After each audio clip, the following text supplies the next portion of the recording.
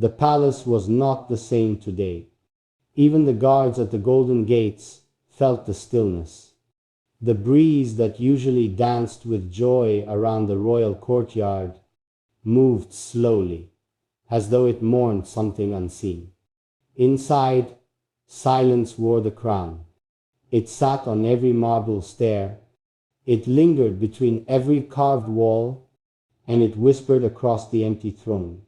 The prince, the world called him Fazza, the name that echoed like poetry itself, the name that brought life to the dunes, walked quietly through his kingdom of gold. Yet his heart carried the weight of invisible dust. For years, the people had seen him smile, a smile that lit cities, healed hearts, a smile that made even the sun bow softly. But today, that smile was gone, buried somewhere between yesterday and pain. He stood before a mirror, not the mirror of glass, but the mirror of his own soul. The reflection looked familiar, yet distant, like the moon seen through tears. He whispered to himself, "When did I forget how to smile?" The answer came not in words, but in the slow ache of memory. He remembered her laughter, like rain over the dry dunes, like melody over silence. Her eyes had been the compass of his world, her presence the calm in every storm. She used to tell him, "Your smile carries the warmth of 1,000 suns." And now, without her, he feared even the dawn. Fazza walked to the stables, where his horses waited, proud, loyal, restless. They neighed softly as he approached, as if sensing the sorrow in their master's chest. He ran his hand over their manes, whispering words only hearts understand. "Do you miss her too?" he asked. The stallion blinked, silent, yet understanding. The desert creatures often understood what humans could not. He rode out into the open vastness, where sky met sand in endless embrace. The wind caught his robes, the desert breathed his name, and yet he felt no peace. Each dune he passed seemed to whisper, "Where is the smile we once knew?" Each mirage reminded him of the love that was once real. He stopped by the oasis, their place, their secret world. He remembered her sitting there, feet touching the water, eyes filled with laughter and light. Now only the reflection of the moon remained. He sat down on the same rock she once claimed as her throne, and the air smelled faintly of jasmine, her scent eternal and cruel. He wrote on the sand with his fingers, "Is greater than the prince who forgot to smile, did not forget how to love."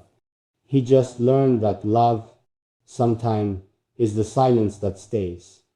A falcon cried in the distance, its call sharp, slicing through the night. Fazza looked up, watching it vanish into the silver sky. He murmured, "You are free, and I am bound to what's gone." The stars above blinked gently, like old friends who couldn't help but pity him. He closed his eyes, and in that silence he heard her voice, soft, tender, endless. "Is greater than Fazza. Your smile is not yours alone. It belongs to every soul that finds hope in your words." A tear escaped his eye, the kind no poet can hide, the kind that carries both love and loss. He stood, the wind swirling around him like destiny. He whispered into the desert, "Maybe I forgot to smile, but I never forgot why I did." The dunes shimmered, as if bowing before the truth, and somewhere, deep inside the lonely chambers of his heart, a tiny spark flickered, not yet a smile, but the promise of one. Dawn came quietly, as if afraid to wake him. The first light brushed his window, painting gold on the silver sadness of night.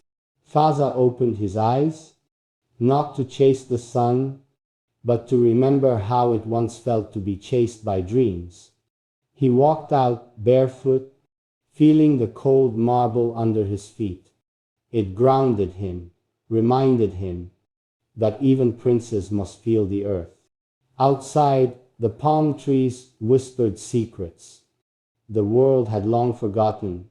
The air smelled of oud and stillness, of things that never return but never truly leave. The palace servants bowed as he passed, but he waved them off gently. He did not need crowns or praise. He needed peace, something rarer than gold. He went to his writing chamber, the one filled with scrolls, ink, and silence. Here, Fazza was not a prince. He was only a man who loved too deeply. He picked up his pen, the one she had gifted him, a pen made from desert wood, engraved with her words. Write only what your soul dares to feel. So he began to write. His greater than the smile faded, but the meaning stayed. For every joy I lost, I found a deeper shade of truth. He paused, not because words failed him, but because they were too many. Grief had made him fluent in a language only silence could translate. He looked toward the desert again. Its vastness felt like his heart, empty, endless, echoing. A soft breeze carried the scent of rain rare in Dubai's skin of sand. He smiled faintly, and that single curve on his lips felt like sunrise after years. Maybe, he whispered, smiles aren't lost, only misplaced in pain. He mounted his horse, Hadid, the loyal one, W,